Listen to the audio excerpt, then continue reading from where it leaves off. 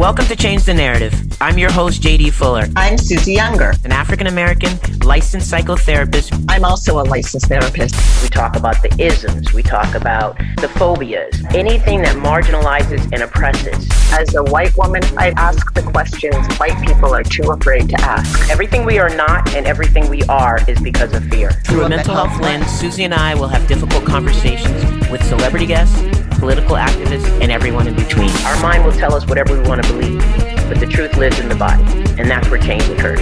Are you ready to change the narrative? Our next guest says, absolutely not, and she is making some noise. Meet Katrina Stroll. She is a Navy veteran, an aviation structural mechanic, no less, who has literally turned her life around. She is now a certified career coach and the host of Absolutely Not, a podcast that is dedicated to creating a healthy workplace. She's here to tell her story and her truth, including her own struggle with mental health. Welcome, Katrina. So nice to have you. It's super nice to be here. I'm excited to dive into, basically me. Yeah, let's do it. Let's do it. So tell us the theme that is most consistent throughout your life. If you had to pick a theme, what would be the one that's most consistent throughout your life? I think the theme of my life would definitely be, and I absolutely hate this word, but it would be resiliency. It would be my ability to say, oh no, I don't want this shit and I need to go somewhere to find better. I think that's good. I understand that completely. I know resiliency is a tough word these days, right? Particularly in the global majority. We're realizing that resilience means that you can keep beating us up and we're going to bounce back. So, we're trying to get rid of that word and come up with something else. But, the context with which you're using it, I completely understand it. You have bounced back. I just don't want people to think they can continue to knock you around. And that's what I'm trying to get to, is so that through my own work, that's what I'm trying to get to, the message of we refuse to be abused any longer. Yeah, that's great. Totally agree. So you describe yourself as Black, Samoan, and queer. Can you talk a bit about that intersectionality and what it means for you to carry those names, really identities? What it means for me to carry those identities. It means that I have lived experiences through each of those lenses. It means that when I have conversations about one of those identities, it's going to come with experiences through the other lenses of those identities. And I think when people from those communities that are only looking for one side of the coin, they're not going to get that. And sometimes it confuses people because they're not understanding, well, you're Black, shouldn't you think this? Well, you're queer, shouldn't you think this? Well, you served in the military, shouldn't you think this? And I need people to understand that with that intersectionality, my opinions and ideals come with a rainbow effect, if you will. Yeah. So, I'm thinking what resonates with me, and, I definitely have my own intersectionality. So I understand parts of myself that meet with the other and the integration of all of my parts. And so I understand what you mean when you say one informs the other, so to speak. You can't separate them, isolate them, or compartmentalize them. That's not the healthy approach. On one hand, I get that completely. On the other hand, I absolutely lead with my Blackness because that is what is most affected by living in a white supremacist society. And you can guess, I say this all the time, you can guess I'm gay, you can guess I'm queer, you can guess I'm a lesbian and a big old butch, but you are going to respond to my Blackness. And so that's the one I feel takes the lead, and the others are informed by that. Does that make sense to you? It does. And that happens to me all the time. My Black skin doesn't go away. My Black features don't go away. So even if people assume, oh, mixed, I've heard that a lot, they immediately see the Blackness in me and walk accordingly or speak to me accordingly because of what they see. So yeah, I understand completely. Absolutely. And so when you use queer, when you identify as queer, what does it mean to you? I ask everyone who identifies as queer because I have heard so many different ways in which it's explained. So I'd love to hear yours. So I am a baby queer, which means I don't have a large understanding of the history that comes behind that word or the community that's in place. But for me, I'll accept the term that I'm using for myself. It just means that I'm able to do whatever I want to do with my own sexuality. It gives me the spectrum I need to feel free, my own sexuality and identity. And I love that word for me Yeah, because that's what I need for me. love it.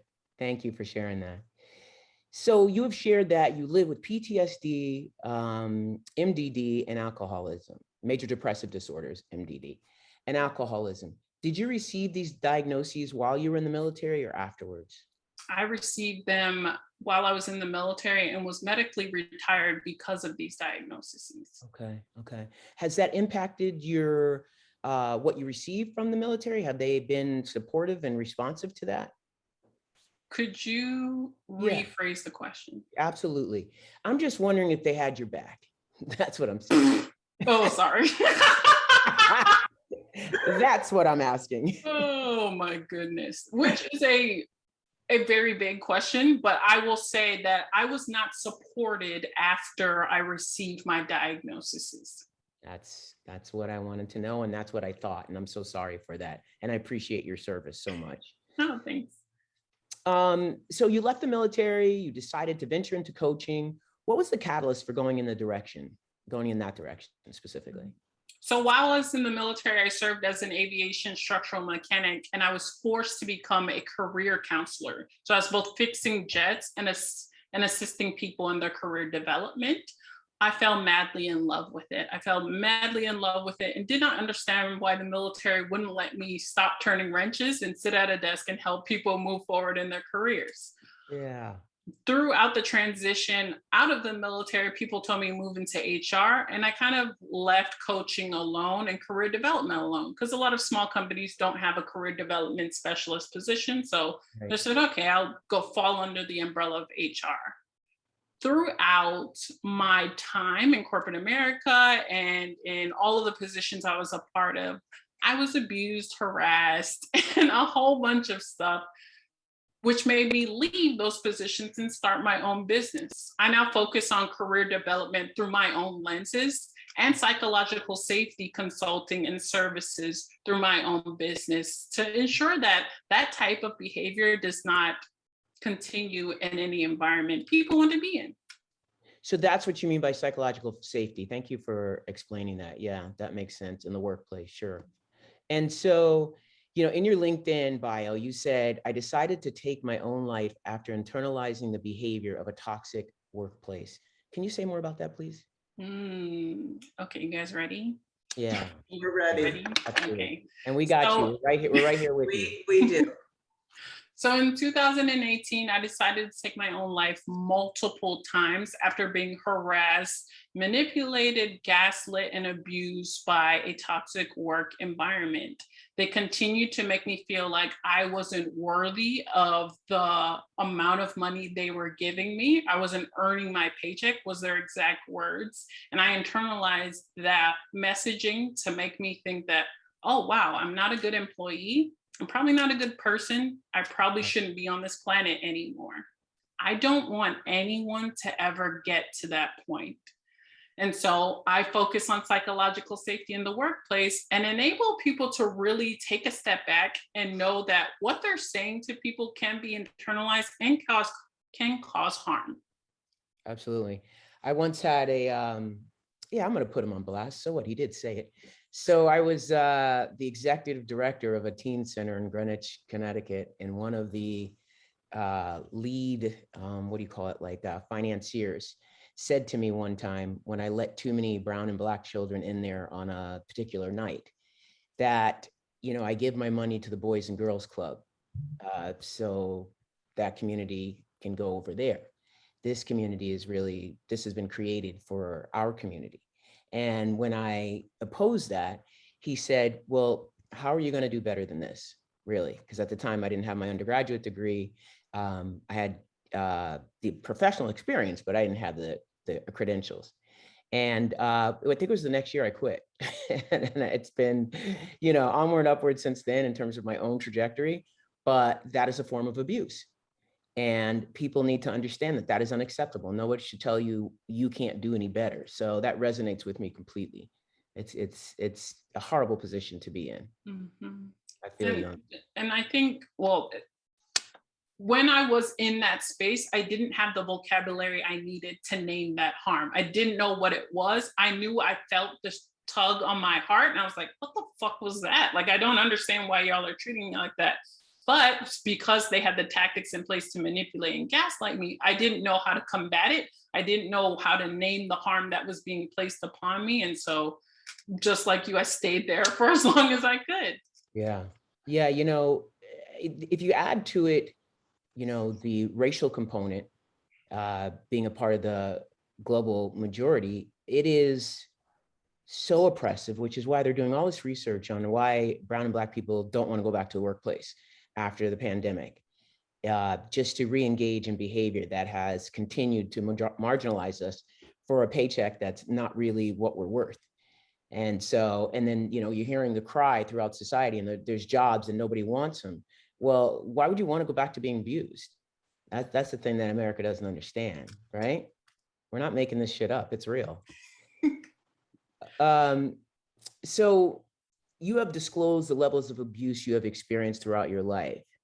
That realization seemed to be very validating for you. Can you talk about why that was so validating? Like I said before, the ability to name it for what it is, because before, there are a lot of people around you who don't have the right vocabulary. There are a lot of people who are a part of the system. There are a lot of people who are in the organization you're a part of who don't see what you see. But as someone who, at the time, I was really in tune with myself and really knew that, wow, this is not the type of behavior I want to get used to and or be a part of. Um, Being able to really put a name to that harm was validating, because it told me at the time, and even now I have to tell myself on a daily basis, it was never me. It was never ever me. Whatever they had going on, whatever that organization is running on, whatever Kool-Aid they may have drank and everybody around them drank, I have never ever sipped the Kool-Aid, and I will never ever sip the Kool-Aid. So that's why it's so validating. Yeah, you bring to mind something else, which is, how we code switch when we get in the environment because we have to, we have no choice, right? For those who don't know what code switching means, it's used largely in the brown and black communities for how we have to change who we are to function in a mainstream white environment and be less true to ourselves in terms of trying to assimilate rather than integrate in a way that's much more emotionally healthy for us. It brings to mind people who are over assimilated. They've kind of gone over the code switching line, brown and black people who've gone over the line, and they become a part of the problem because they're got accustomed to the salary, the position, their trajectory. And so they become afraid to speak up when they see unjust because they feel threatened by the possibility of you unveiling something that they've already accepted. And so that's a higher level of, right, internalization that becomes destructive to the community, and more importantly, destructive to that person. And I think that's just, it's horrible because I don't think they even realize the damage they're causing to themselves, let alone to the greater community. You lose something when you give up some of yourself. That's the way it is. Go ahead, Suze.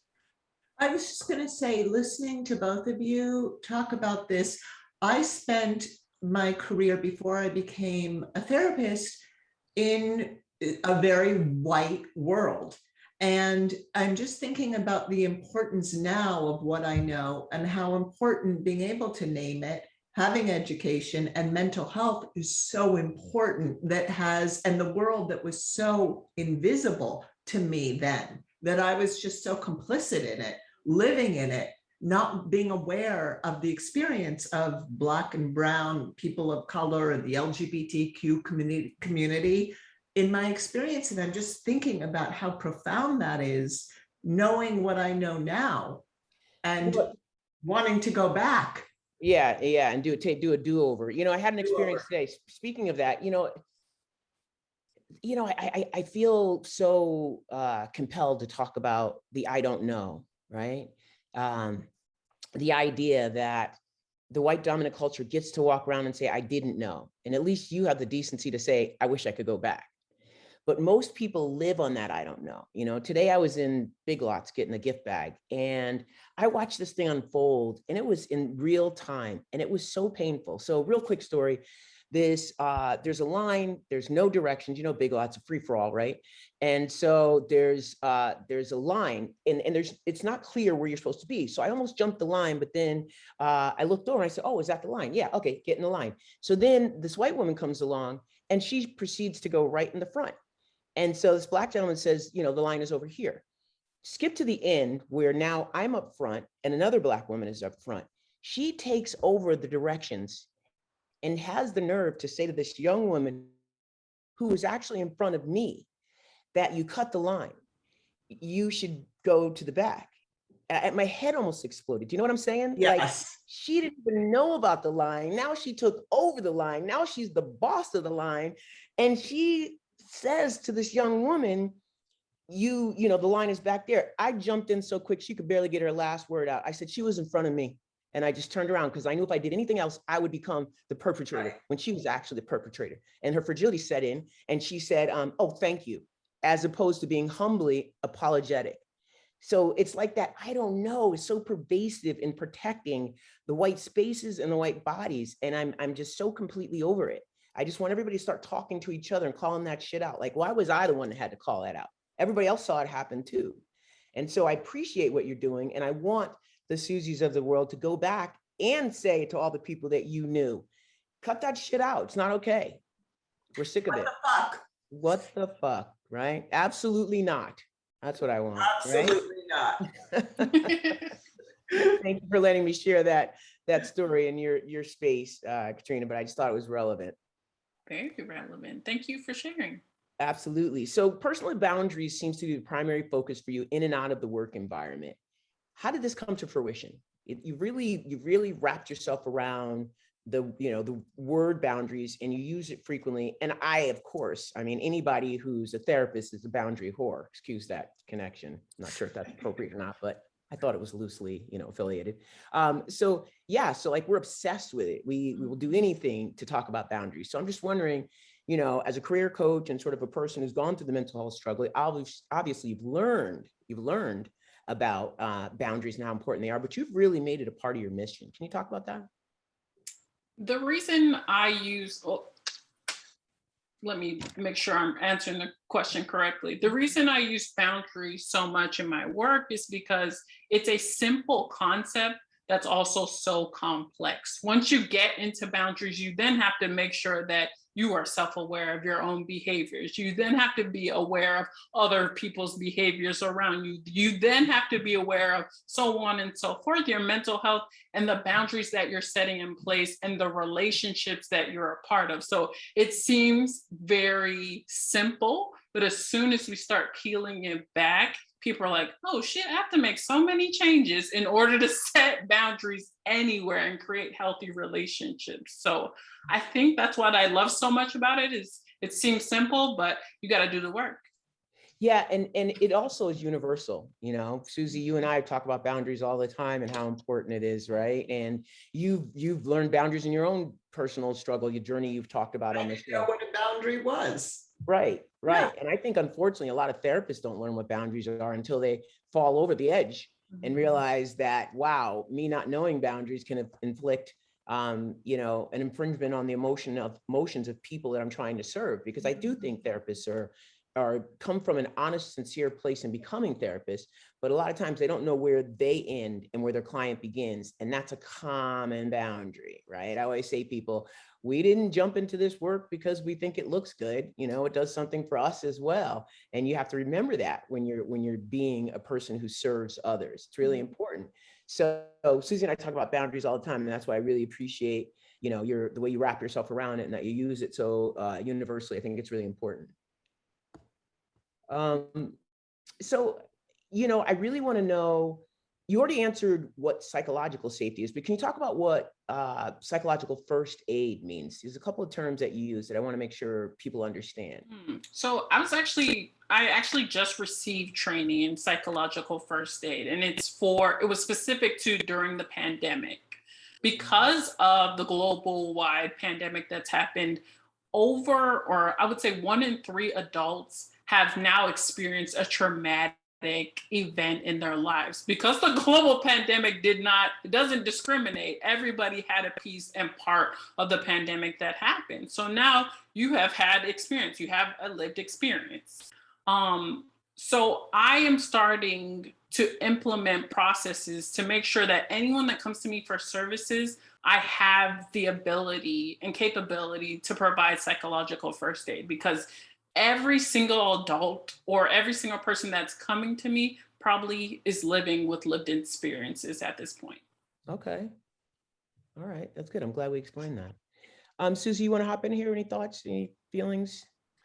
Okay, I'm going to be honest. I don't think I still understand what that means, the first aid part. Okay.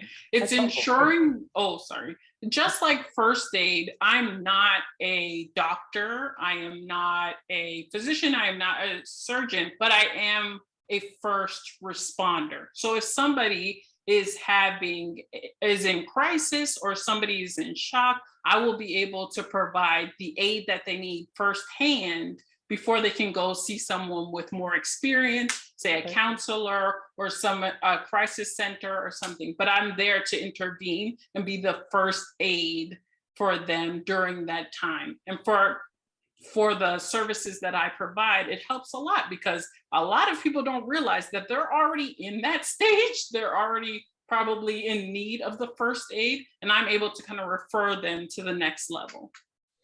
Thanks for asking for clarification, Susie. I thought I understood and I did, but you never know that others didn't. So thank you. I'm working at a school right now in Manhattan, and it's the first time some of these kids have been in a building. And I'm realizing myself, this is the first time in forever I've been around this many people. And, the awareness and how profound that is. And then you think about these underdeveloped minds and bodies and what it must be doing for them. I mean, they're excited to see people and their friends at the same time. You can see it, you can see that need of psychological safety, if you will. I'll use your words, of really knowing it's going to be okay. And I think what's most profound is we can't promise them it's going to be okay. We still have anti-vaxxers. We still have people who are not a part of the solution, and all kinds of conspiracy theories, as well as, the extreme right. So how do you tell a child it's going to be okay when we really don't know if it's going to be okay? All we can do is provide containment and a safe space to explore possibilities and provide support. And we need as many people as we can on the front line to do that. So glad you're being trained in that. Appreciate Thanks. it.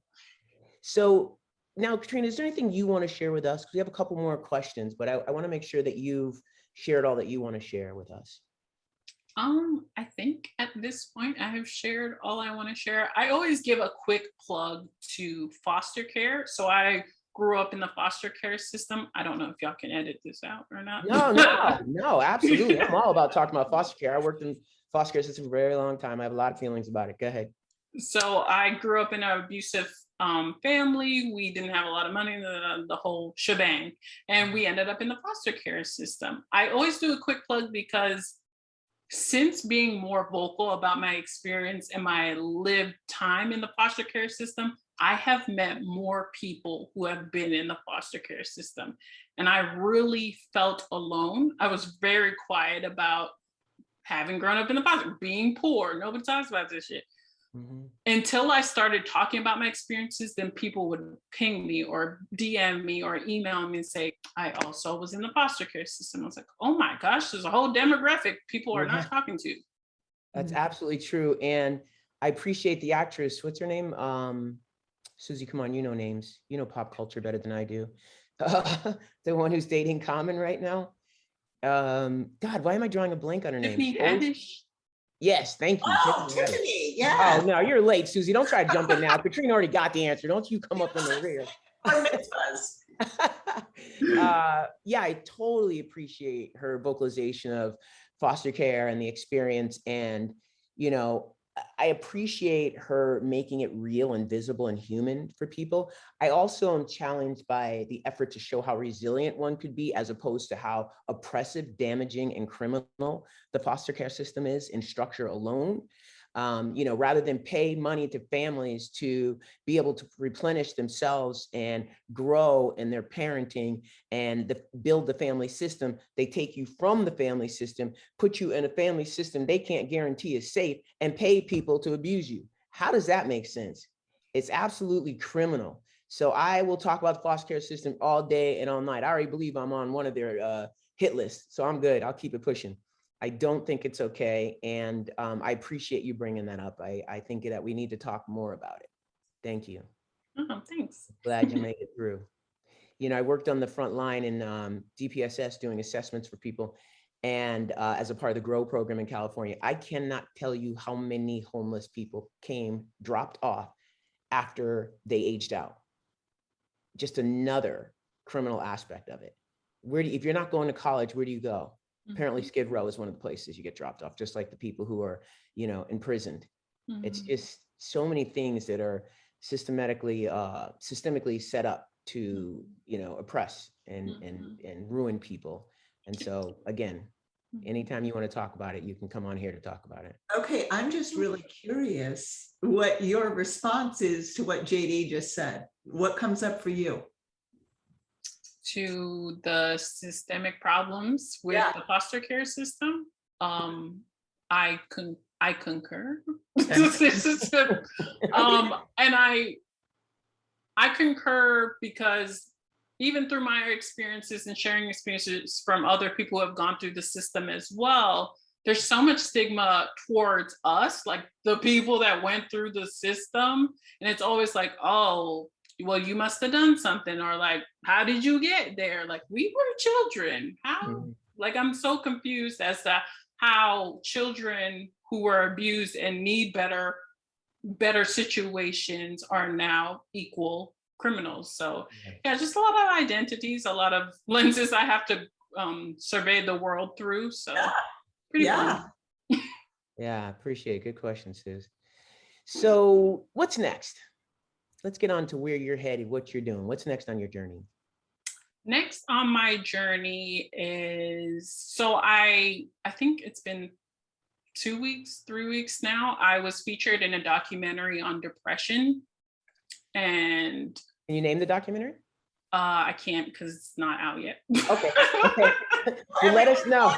A documentary on depression. Yeah, but I was featured in a documentary on depression, and the director won an Emmy, like a guy, like a real person. But and during the interview, and just kind of the crew was really taken aback by like me as a person. And it really opened my eyes, not really that people are still so taken aback by a normal person talking about their mental health experiences and their lived experiences and their conditions and the needs that they need to feel safe in spaces. They kept asking me over and over again, like, what are your mental health conditions? And like I wrote them on the paper. Like, yes, I live with these conditions and I'm able to function, but I do need safe spaces. I do need boundaries. I need all of the things, but I am sitting before you still functioning. Excellent. Thank you for sharing that. Tell people where they can find you. You can find me at www.katrinastroll.com or on LinkedIn. I'm on there all the time. And you're on IG? Oh, I am on Instagram, but don't follow me there because sometimes I shake my ass. So that's awesome. You get to. That's awesome. Katrina, look, you've already made it clear, but I think I'll ask you in another way. What is the narrative you are changing? I am changing the narrative on what it looks like to be boundaried. I think a lot of people, when they hear about boundaries or when they hear a boundary being set, they immediately think like, oh, this bitch, like, what is going on here? Like, why are you bringing that in this space? And I want more people to have the vocabulary they need, one, to name harm in your own life, because the fact that I'm setting a boundary ain't got nothing to do with you.